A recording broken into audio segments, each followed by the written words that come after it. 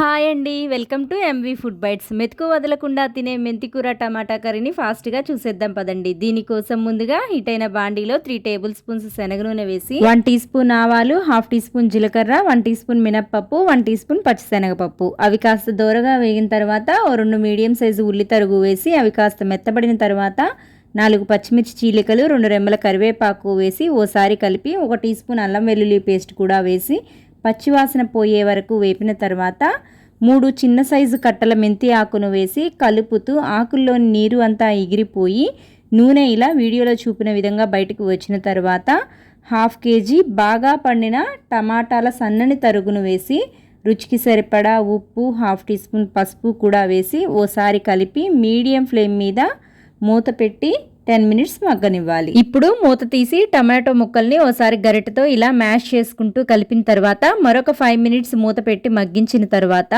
మూత తీసి 1 tea spoon ధనియాల పొడి, 1/2 టీ స్పూన్ గరం మసాలా, మీ కారానికి తగినట్లుగా కారం వేసి ఓసారి అంతా బాగా కలిసేలా కలిపి 1 టీ గ్లాస్ వాటర్ పోసి ఓసారి కలిపి మరొక నిమిషం మూత పెట్టి ఉడికించిన తర్వాత కర్రీ ఇలా గ్రేవీ కన్సిస్టెన్సీ వచ్చిన తర్వాత చివరగా కొద్దిగా కొత్తిమీర చల్లి సర్వ్ చేసుకోవటమే. అంతేనండి, అన్నం చపాతీలోకి అదుర్సనిపించే మెంతికూర టమాటా కర్రీ తయారైపోతుంది.